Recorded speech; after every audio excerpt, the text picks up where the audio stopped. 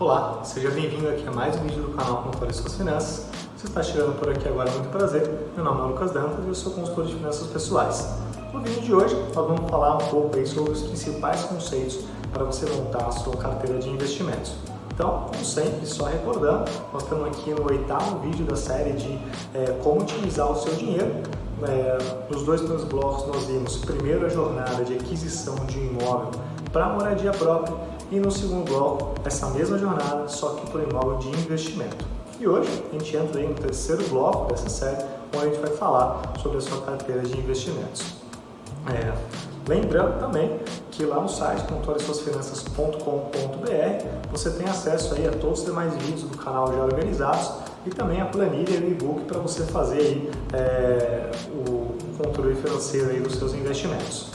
Bom, começando então pelo vídeo de hoje, o primeiro ponto aqui para a gente entender quando a gente fala de principais conceitos sobre investimentos é a relação que existe entre retorno, risco e liquidez. Ou seja, o que acontece? Nenhum investimento você vai ter um alto retorno, com baixo risco e com alta liquidez. Você vai sempre ter que fazer um ponderamento entre esses pontos e descobrir aí qual que é a relação entre eles que atende às suas expectativas naquele investimento. Por exemplo, um título público de LFT, ele não vai te dar um retorno extraordinário, mas ele tem uma liquidez diária e ele tem um risco baixo, né? Então você sempre vai ter que equilibrar aí essas variáveis para determinar se vale a pena fazer aquele investimento ou não. Então lembre-se sempre do tripé de retorno, risco e liquidez, certo? Bom, segundo ponto aqui, a gente entender que qualquer investimento de alguma forma existe risco, certo? Então a questão não é você determinar se existe risco ou não, mas sim qual é o tamanho dele. Por exemplo, você pode sair daqui da sua casa, tropeçar e bater a cabeça na calçada.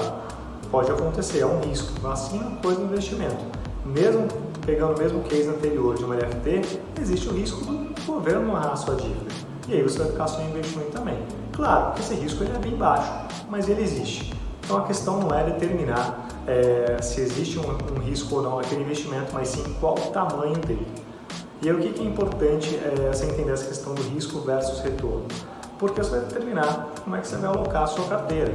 Não quer dizer que se você, por exemplo, tem um perfil ultra conservador, você não precisa ter um investimento de alto risco. Você pode ter, só que num percentual bem menor, certo? Então, você entender o grau de apetite seu com relação ao risco é importante para você entender como você vai definir para montar aí a sua carteira de investimento, para escolher os seus ativos para compor a sua carteira. Bom, indo aqui então para o próximo ponto, o que a gente precisa também entender no mundo de investimentos é que basicamente existem dois grandes grupos de investimento. Eu gosto dessa classificação que eu vou falar aqui na sequência, que são os grupos de investimento em renda variável e os grupos de investimento em renda fixa.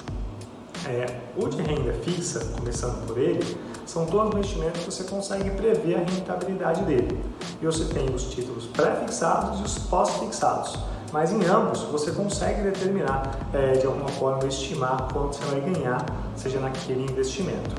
Agora, quando você pega os grupos de renda variável, isso já não acontece, né? Então você tem uma série de fatores aí que vão determinar se você vai conseguir ou não ter o retorno que você espera, mas é muito mais difícil você prever quanto você vai ter de retorno, certo? E quando a gente fala do grupo de renda variável, algumas pessoas gostam de comprar ações, né? Então, quando a gente fala de ações, é importante também ter em mente que existem dois tipos de retorno. Existe o primeiro, que é uma valorização da ação. Então, hoje a ação vale 20, daqui a 2 anos ela vale 30 e aí você ganhou 50% de valorização.